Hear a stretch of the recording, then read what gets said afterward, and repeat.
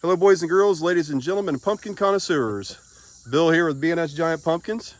Today I got my good buddy and my local growing partner. This is Jared Thorman.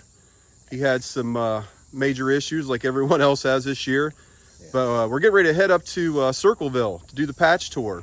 Go up there and see what these guys got going on. So we'll talk a little bit about Jared's controversy this year. And Jared, go ahead and take it. Oh man, we were at day 9 and 10 after pollination. That's probably been about 8 weeks ago or so now, and they sprayed the ag field beside the house. We got a little drift and took out like 80% of my plants. Thought the season was over, but was able to get new growth going on the ends, and so we cut away all the dead, just let all the tertiaries grow and wrapped them back over the secondary vines and tried to keep that main clean. And we don't know what's going to happen, but we're at day 20 now. Yeah, what about day 20? Day 20. We got an 1886 Sexton in there. It's coming in at 167 pounds today. An 1832 gram. It's coming in at 119. So we're rallying here. We've got about 83 days we can get them to before way off. So we'll see what happens. It's exciting. Heck yeah. That's hard to believe. He showed pictures, and I think I forwarded it on Facebook, of his plant. And there was no plant. I mean, it was literally all burnt out. Gone. And in about 20 days, he was managed to get some tertiaries and secondaries going. And now he's got a whole sea of green out there, and he's got some good pumpkins growing. So that's awesome. It's exciting. It's exciting. Yeah. It's also day 50 for me today. We've actually got, I don't know why I'm shaking so bad. We got one pumpkin that's DAP 50 today. I think she's coming in at, I think I measured her at 374 inches. So she's a little over 1,200 pounds. Not breaking any records, but we're doing good, and It's looking solid. I'll keep anything right now because it's my last pumpkin I got. So anyways, we're gonna go up and hopefully get some video and maybe do some interviews up there at Circleville. And we might take a look at my pumpkin here later on this evening. When we get back, I'll tape her again, and we'll see you soon, guys. Stand by. Guys, we made it up to Circleville, the patch tour. We're up here with Troy. We're looking at his grandchildren's patch. We'll take a look at a little look at it. Troy, what can you tell me about this? Well, Fisher and Abel had a little interest since I grew a decent pumpkin last year, so we started them a seed and we got this thing in here. And their parents kind of wanted them, if they wanted to do it, wanted them to kind of take charge of it. So they were in charge of watering and fertilizing, and Grandpa was in charge of spraying for insects. Right, and these guys, they're 9 and 10 years old. 9 and 10. 9 and 10 years old. Yep.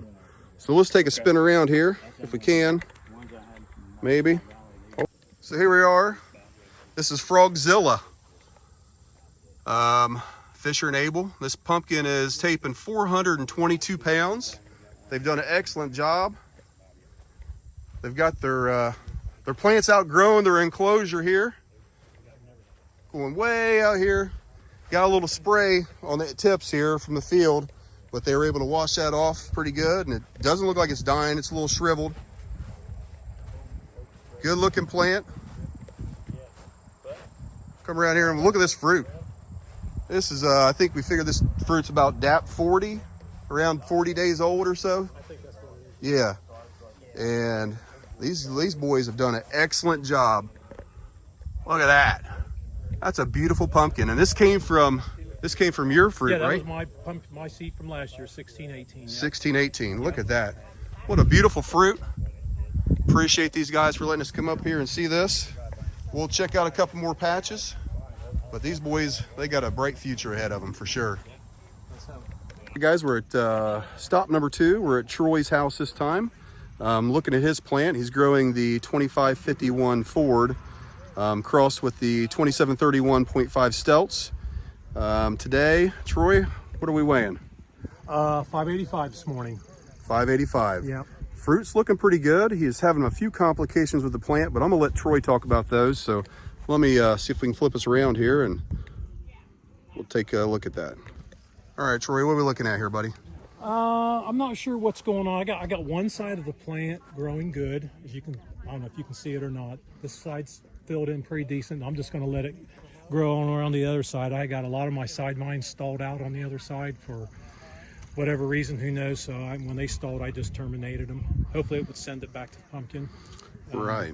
The pumpkin got started off a little bit more on its stem. That's why we've got a lean to it. So I've got the strap on it, keep from falling over on the stem. And I will say that Troy has got the best looking patch I've ever seen. 100%. He's got everything set up 100%. I mean, it's like walking into the Taj Mahal compared to looking at my patch. Well, I tried to experiment a little bit with shade cloth this year, seeing if that would help it out. I know last year I had it just over the main part of the plant last year, and it seemed to, everything that wasn't covered was burned up last year. So we tried to go cover the whole thing this year. So I don't know whether we've wasted effort or not, but I think you did good, because I shade mine 100% early on for sure. yeah. So it definitely helps out. But the plant or the fruit, it did slow down this week. I only grew 50 pounds in a week, so I'm a little bit disappointed in that. But maybe it'll kick in. We'll see. Yeah, in the next couple of weeks we'll get it figured out. But and you've had that crazy heat that we've had, right? Yeah. I mean, it's been like 113, 111 heat index. Yeah. So I think that's zapping a lot out of these pumpkins too. I think I'm putting about 70 gallons a day on it right now. 70 gallons of water. Okay. Yeah. 70 gallons. Yeah. And look at the setup. I mean, I know you can't see it yet. I'm going to back up a little bit. Look at this. He's got a whole arena out here. I mean, it's covered. He's got the good weed shade cloth and wind fence. He's got a phenomenal water system set up over there. I like these little traps he's got out here, so you can see what he's got going on. Sticky traps and vine borer traps. Yeah. He is definitely on top of the game here. And I mean, he's got the real estate.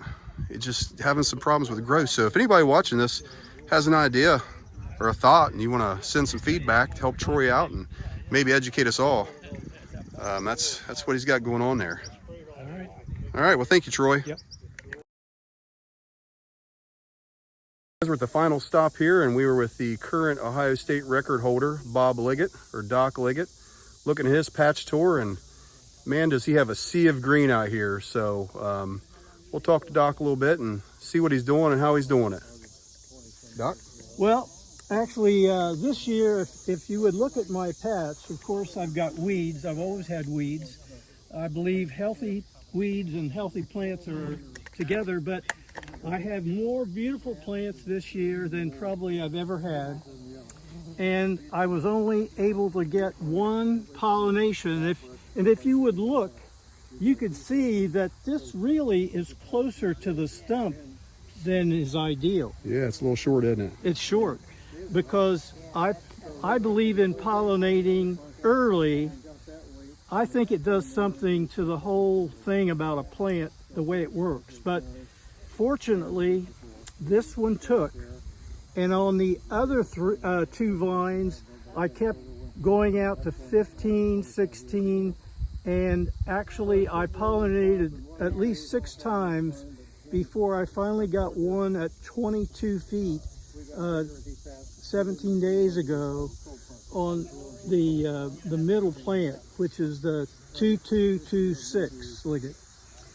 This one is the Stelts, and if you can see the statistics on Hope. Oh, let me pause this real quick here. We got to switch around here. We used the female, the 2731 Stelts, and the male was the 2163 Liggett from last year. We planted it in, the patch May the 2nd, always like right around May 1st.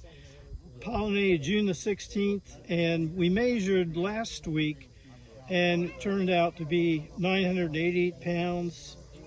And then a week later, 1221, so its growth rate right now is 33 pounds a day, which to me is ideal. Yeah. Anything more than that, you get it to 40 or whatever, the splits are really going to happen. And, I think a lot of people think that when you have cool nights, it's a really time when splits can occur. Right. So if it's going 40 or more, you get a real cool night, the compression, boom. Right. You get a split.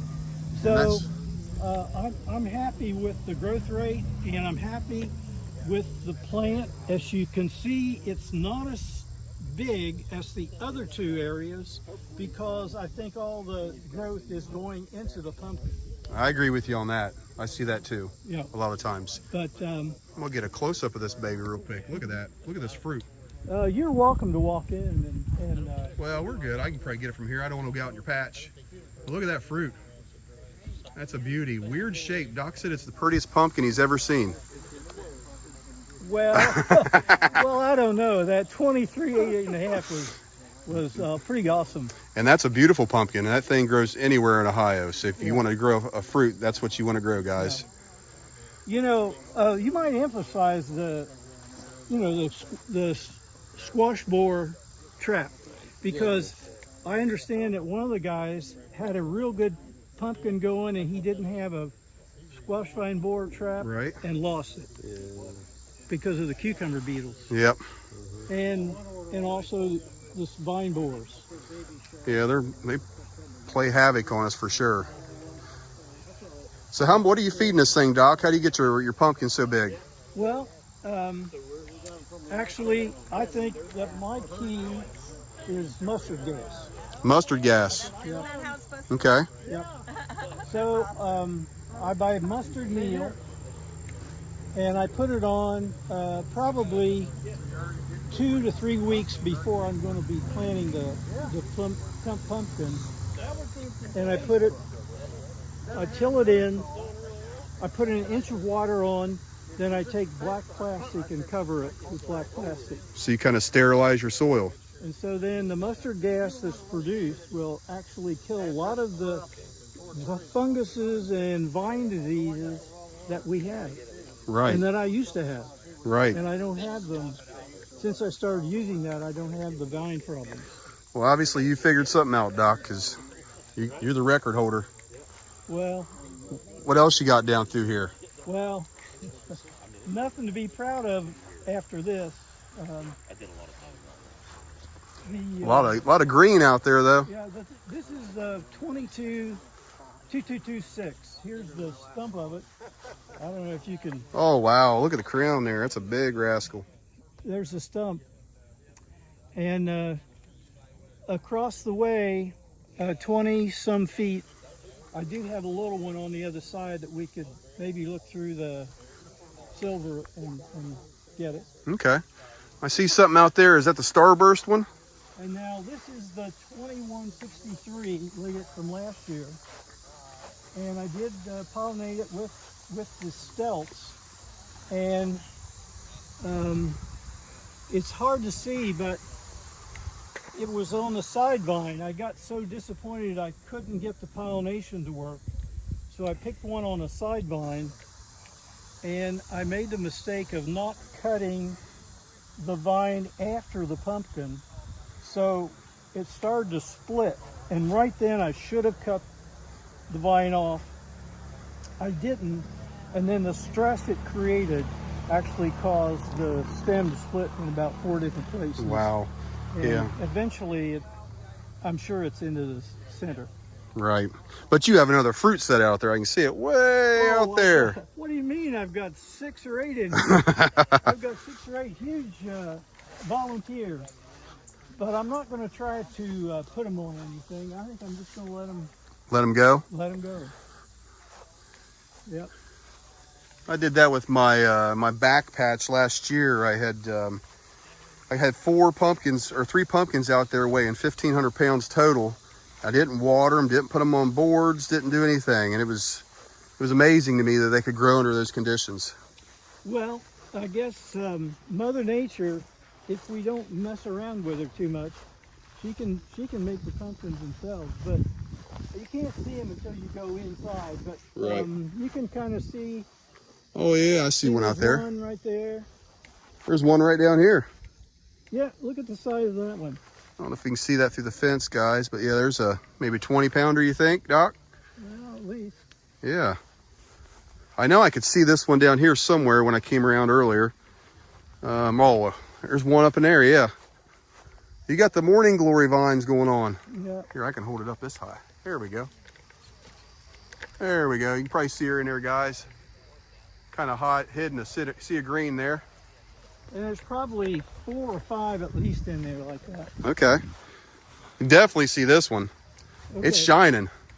Well, now this plant, this is the 2226. All right. Okay, and this is 17 days old, Okay.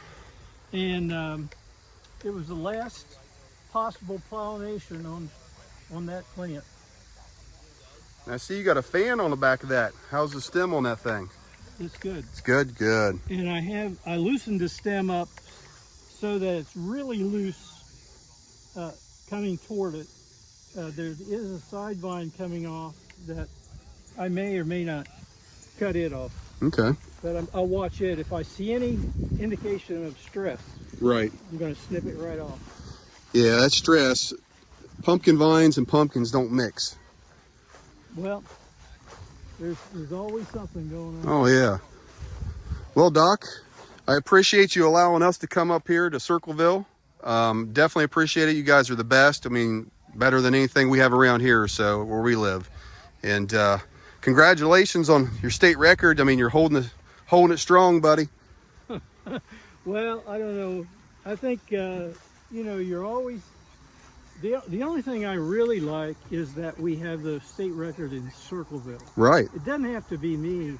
It could be any of the other guys that Yeah. that we have good growers here. It's just that I'm fortunate. Cecil Weston used to say that I had the best soil in Pickaway County because it's sandy loam. It can rain 3 inches, and I can still come out a day or so later and work in the patch. Right. Because it drains well. And years ago, this was lots of cattle and so forth. So the nutrients are deep in the soil. Right. And how deep do you dig down? What do you? Well, when I do my heat cables, I use heat cables. Yes, for sure. Okay, I go a little more than a shovel length, so we're talking probably 10 inches maybe. Okay. And I do with the perlite. I believe in perlite. Yeah. Because I think that's what stops the foaming stump. Okay. Now, my opinion, if you have a 4x4, half perlite, half potting soil, half dirt, you mix it all up, I think that permits the stump to actually get rid of the water instead of bursting. Right, and foaming up on you. Yeah, I believe in perlite. Yeah, I saw that earlier this year when we came out. You had perlite all down your main vine. And again, that's another sort of way to prevent that vine from being completely on the soil, Right, yeah. And I think the perlite is a wonderful thing. Now, the only thing is, it's like asbestos. If you breathe it, you're going to get COPD at some point. Oh, okay. So whenever you put it on, you want to have a mask on. Yeah. Okay. And whenever we work out here, I've got a thing with a dozen masks, and they, Right. get a new one out and put it on. Excellent. Well, Doc, I don't want to keep you wrapped up too much longer. I see you got a ton of people out here at your patch store that probably have questions for you.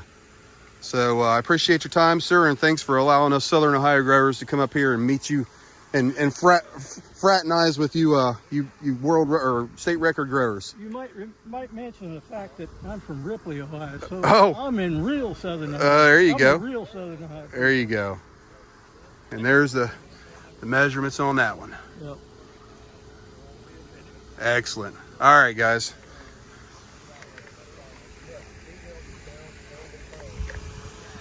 All right, guys, we're back home. We're about an hour and 15 minutes from Circleville, and I'll have to say that the growers up there are more than willing to share their information and share their patches. And it's great to go out there and see other people's patches because there's things that you may not think of, and just helps further you along in your journey of trying to get a giant pumpkin. Thanks to Doc and Doc Liggett there for his interview, which is obviously on here, and Troy and I guess his grandkids, their patch. But we'll do a quick patch tour here and we'll wrap this up because this is probably gonna be a fairly long video this time.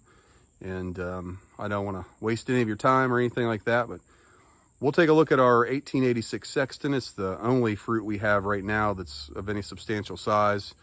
And we'll do a quick patch tour here in Southern Ohio, and hope everybody has a happy pumpkin growing season and can hold on to their fruit till way off time. All right, a quick patch tour. We got our 2 IBC tanks set up. Little header there, pump for the plant. Plant's looking good. Our 150 patch that we added in here is just about full. All the growing tips look good. We got little baby pumpkins in those that we'll have to pick off. But we have a sea of green, that's for sure. A lot of green.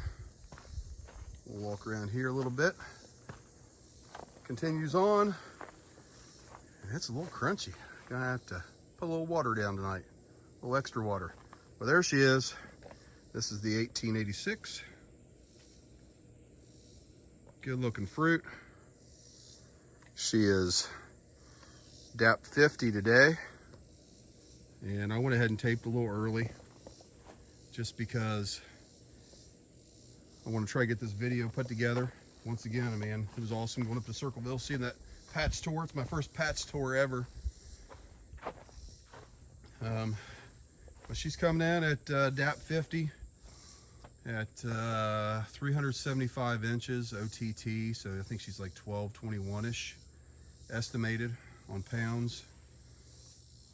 The plant looking good. Can't be happier. This is from Doc Liggett's plant last year that I grew from the 2388, and she's one beast. Some of the products I use from Safer Grow, they're JH Biotech products, but definitely use the Cowborough. It's similar to the set they use up there in Circleville. Superzyme, and definitely False Guard. Some of the good products I use. But this fruit is looking good. We can keep her. It's our only fruit. But you can walk around her. She's got, my sons are grinding something. Sorry about that noise in the background. She's got a good looking stem. All the way around. I mean, ginormous, as to be expected. She's thumping pretty good. This week, she has started to cantaloupe. So there's the blossom end. The fruit start to cantaloupe on the bottom and on the top. So hopefully she's building in thick walls, thick side walls. Hopefully at the blossom end for sure. The crown of the plant looks pretty good. We'll go around this way, make this as quick as I can. I know this is gonna be a long video anyways. Camera, gotta be able to watch your pumpkin. Yeah.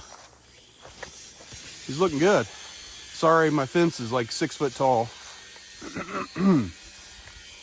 So it's a little hard to see over it. So I just hold it up here. There's the crown. And you can see down through there, I do have some older leaves right down through the center. And that's why this little glass table's right there. Because I'll slowly start picking them off one at a time. Put the table over it with a fan. Hit them with peroxide, a little alcohol, so they can dry up.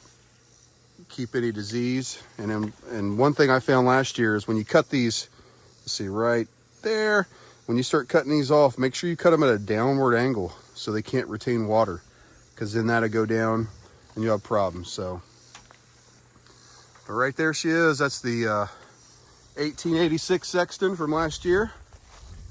Her name was Norm.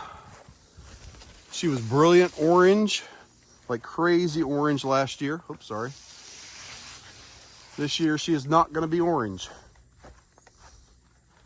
She's going to be pretty close to Snow White.